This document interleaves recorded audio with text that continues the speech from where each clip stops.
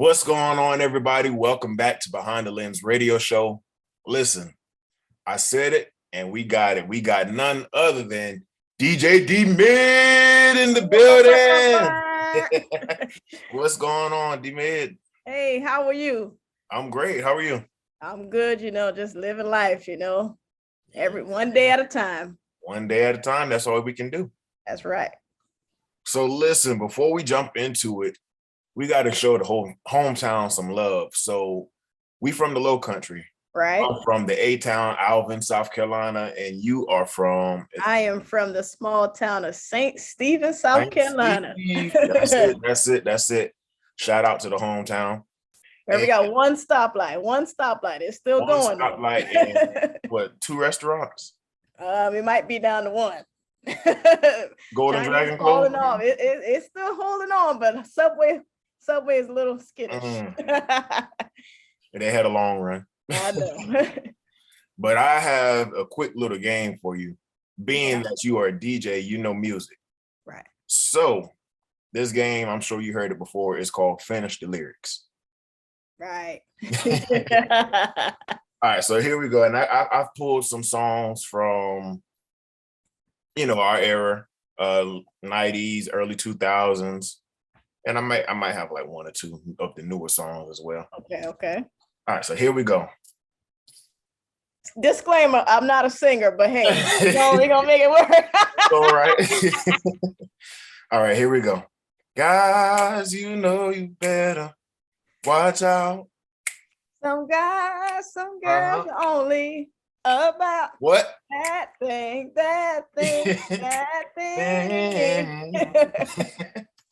All right, that's 1 point. So this next one is one of my favorites. I'm not a rapper. That's my disclaimer. I can't really explain it. I'm so into you now. This is fabulous. Oh, I want to be more than a friend of you now. That's all you got? Yeah, that's all I got. Me too. I'm feeling it, but I'm like, oh. And you talk about some lip gloss. I know that. Yeah, that's it for me. Okay, we're taking it way back with this one. Talking about Feel It.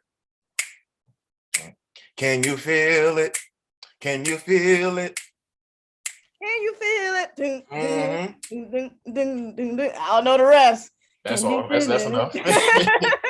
Jackson 5. Got to pay homage to Jackson 5. And what's this one? Oh. Never meant to make your daughter cry. I apologize a trillion times. Sorry, Miss Jackson. Woo. Got to hit it with the Outcast. And so I know that you are a DJ, but specifically one of your main is for children parties, school events. Right. So this one, I know you got to know it. Again, I'm not a rapper, but here we go. What sound does the letter make?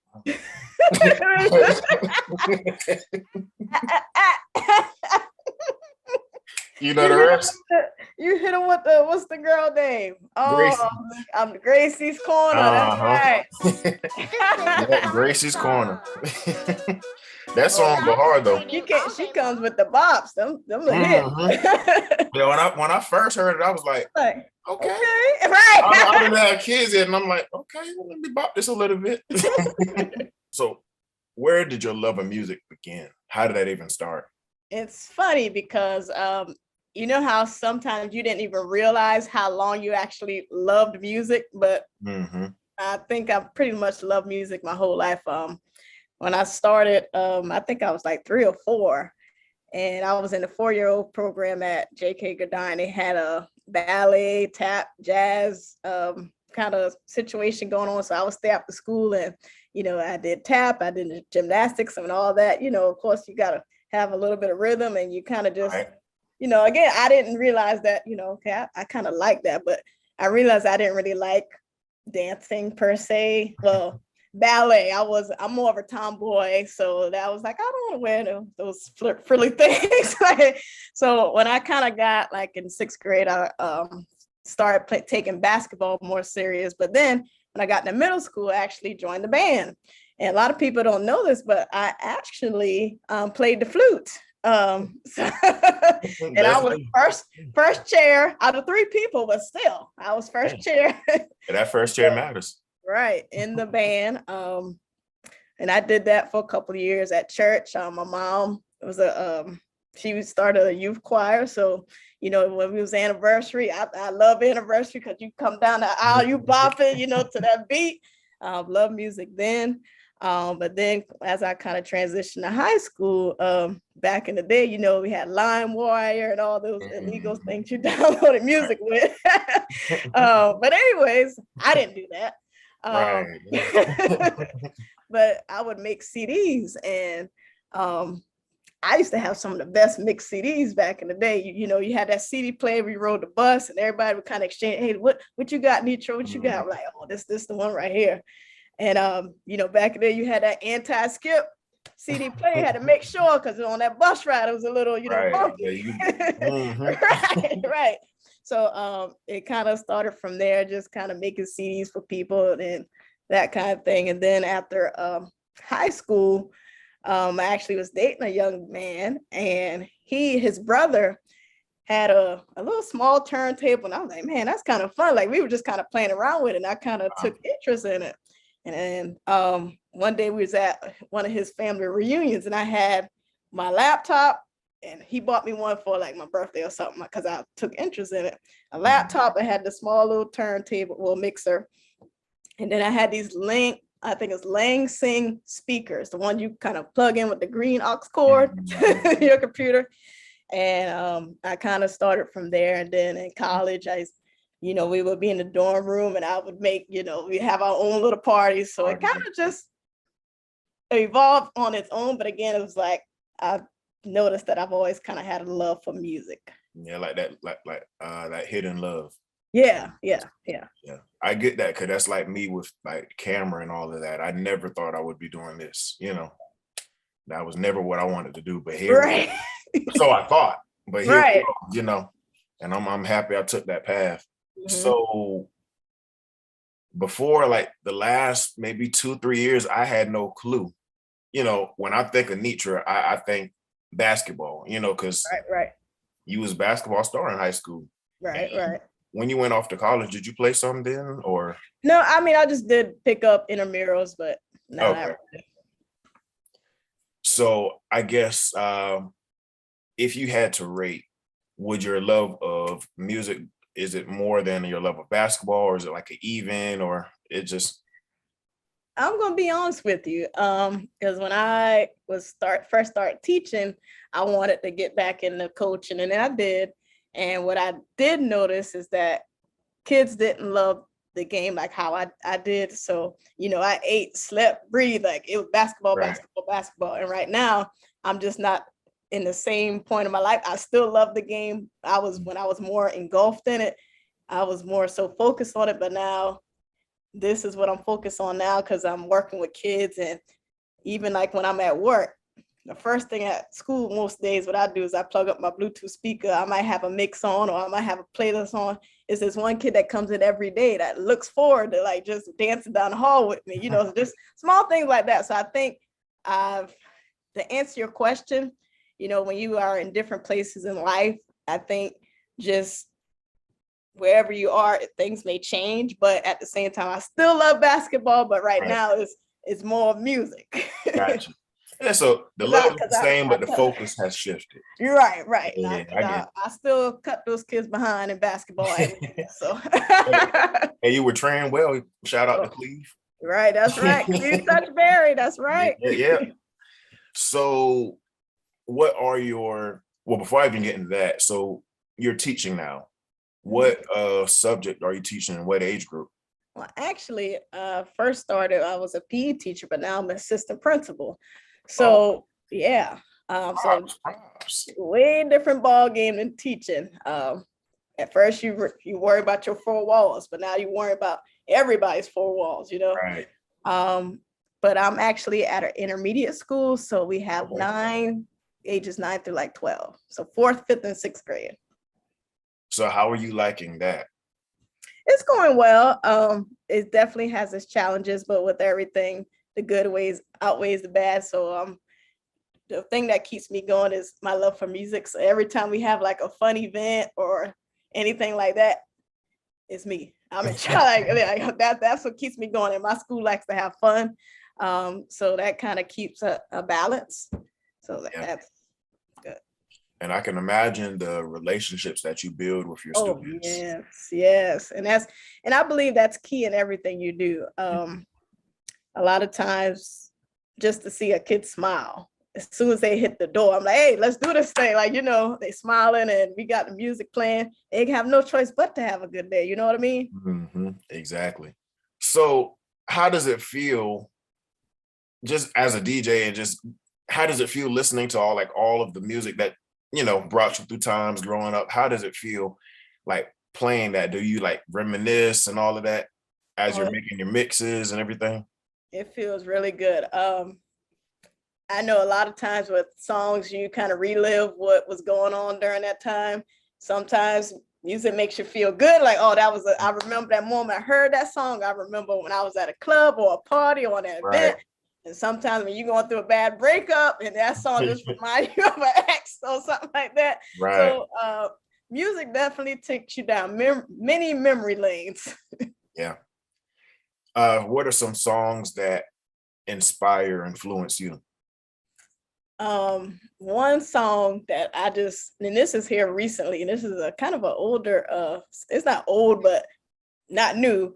A song by Mary Mary. And the song that's talking about, in which I can't recall the name of the song, but basically it goes to talk about now you're stronger than you ever been. You can't stop your hustle. Go get it. Your muscle, go get your blessing. Yeah. I feel like it just motivates me. Like, girl, you got several, girl, go get that blessing. Go get it. So I think that just sometimes when you just play a certain song, be like, all right, I'm ready for the day. Let's go.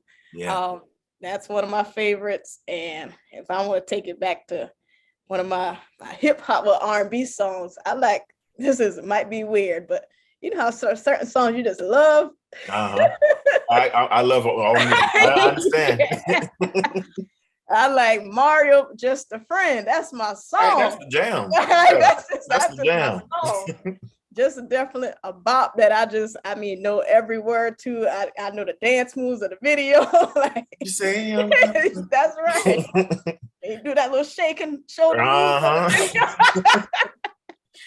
So let me ask this: so as a music lover, I listen to every genre. Now, I'm not like that heavy rock, but I will say I got one song that I do.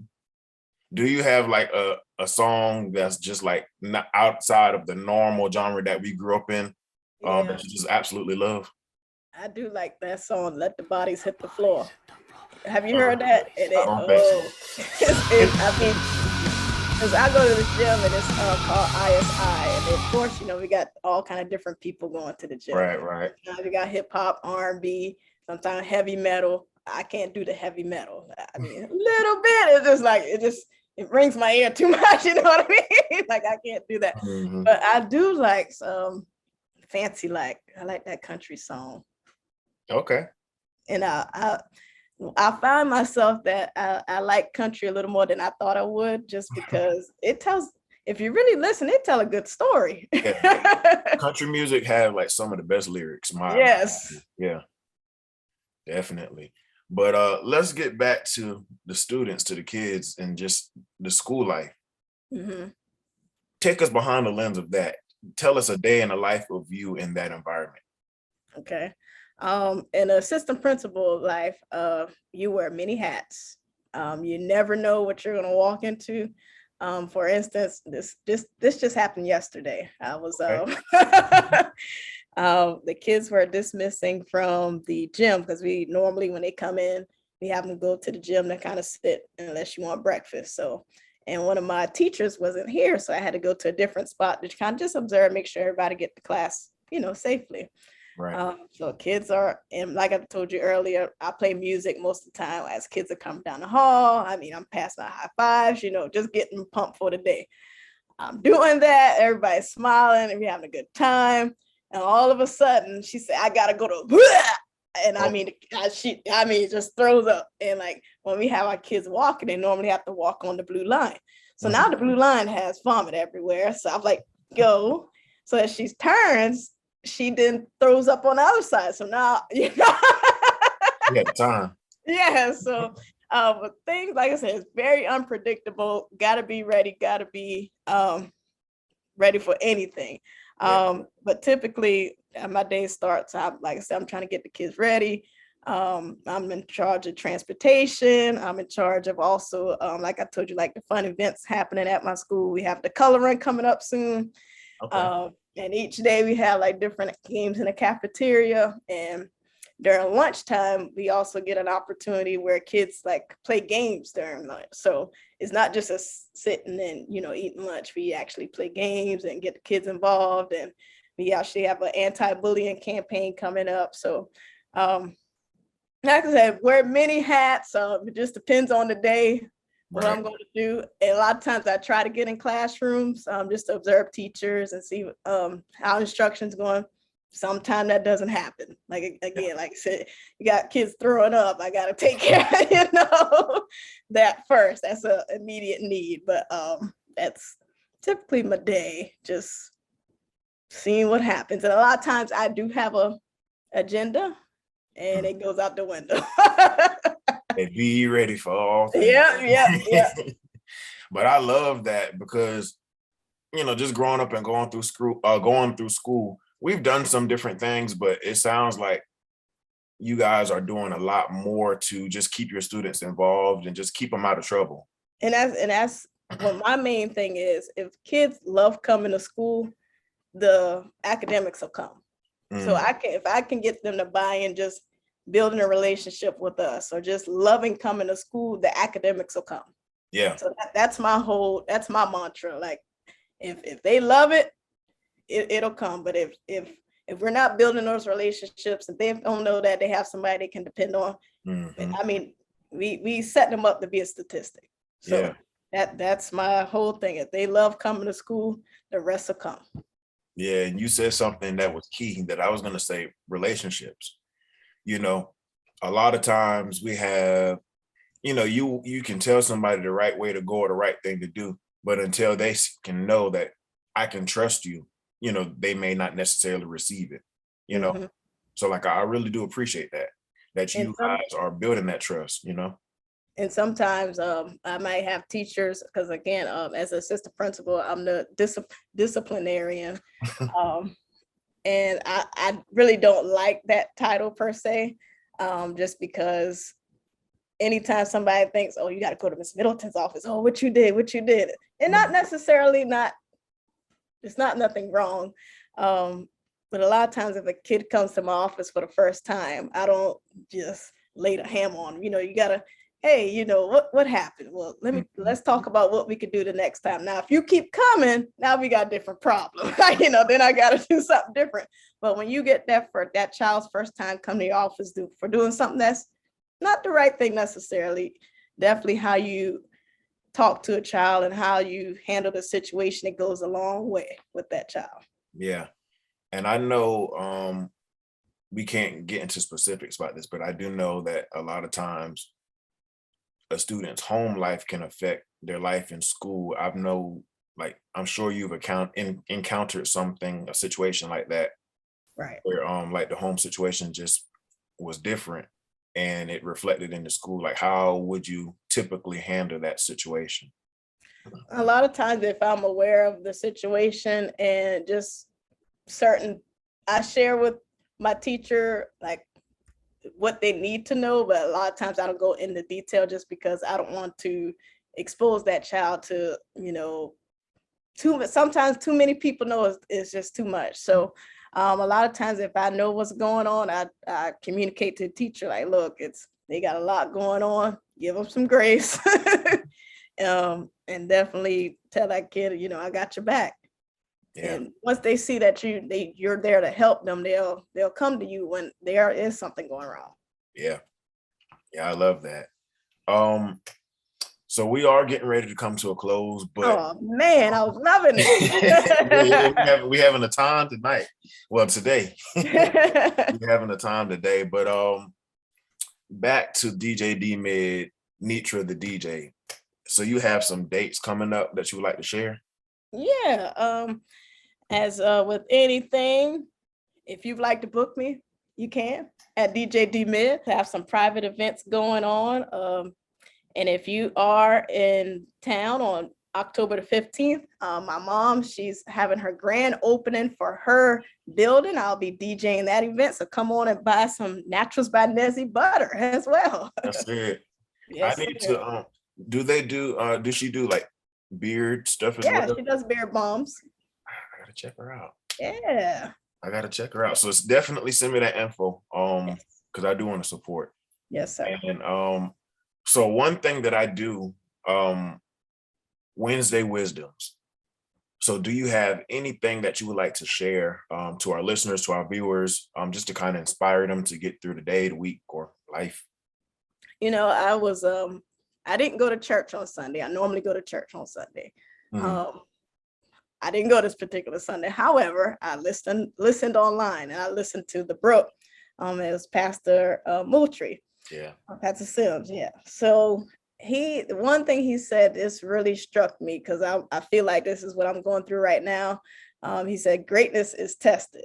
So just because you're in a certain journey or path, when things start going wrong, doesn't mean that that's not for you. Greatness is tested. The Michael Jordans, the Kobe Bryants, like all these athletes, or, you know, these millionaires, they were tested every step of the way. So that just stuck with me, that quote, that greatness is tested. And I want to add a part 2 to that. You can pass the test. Mm-hmm. Yep, that's right. That's right. That's right. Start with the mind and just believing and knowing who your source is and just trusting that source.